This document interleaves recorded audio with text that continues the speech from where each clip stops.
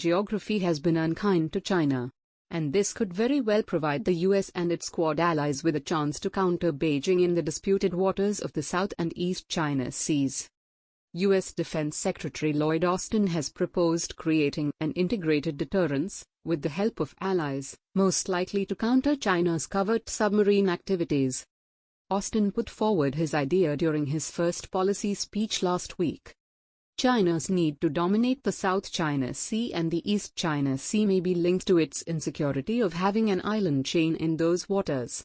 This chain starts from the islands of Japan to the Philippines before tapering off to the Southeast Asian archipelago. According to the popular island chain strategy, the islands make it easier for any military to attack from the Pacific Ocean while making it difficult for China to defend itself without controlling them. Conveniently, China's 9-line and claim over the East China Sea cover these areas. These points have effectively become choke points for China. Submarines need to surface to pass through the narrow straits separating these islands.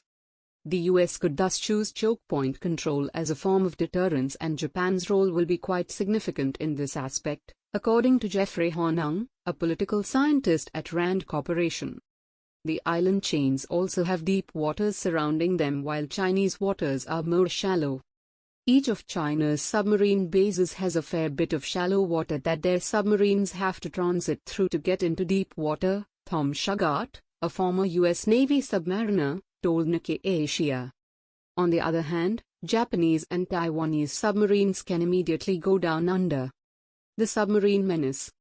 China's claim over its surrounding waters is augmented by its military might.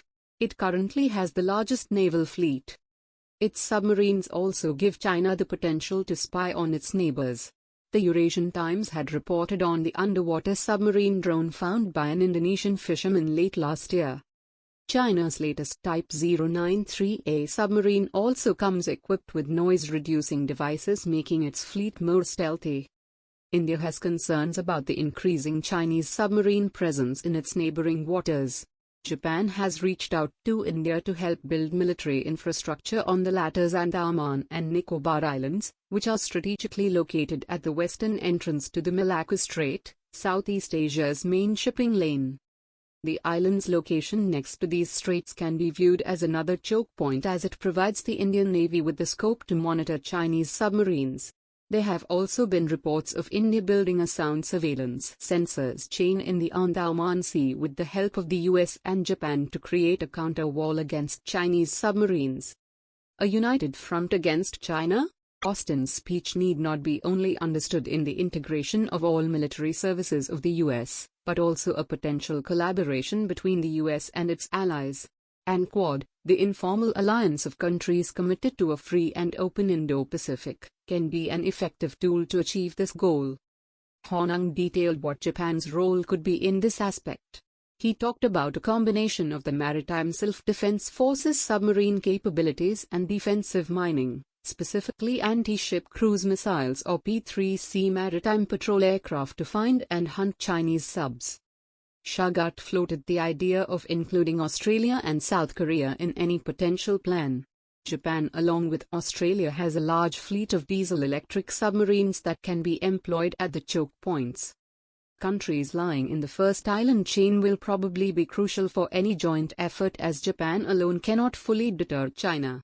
Lately, due to an increase in Chinese aggression in the South China Sea, Southeast Asian nations such as the Philippines and Indonesia have started inclining more towards the US and its allies. America already has military bases in the Japanese part of the island chain, along with one in Guam at the second island chain. The Philippines recently decided to reverse its decision to terminate the US-Philippines Visiting Forces Agreement, VFA.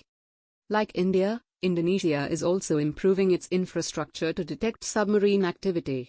Last month, it began construction on a submarine support station in the Lampa Strait, near the South China Sea.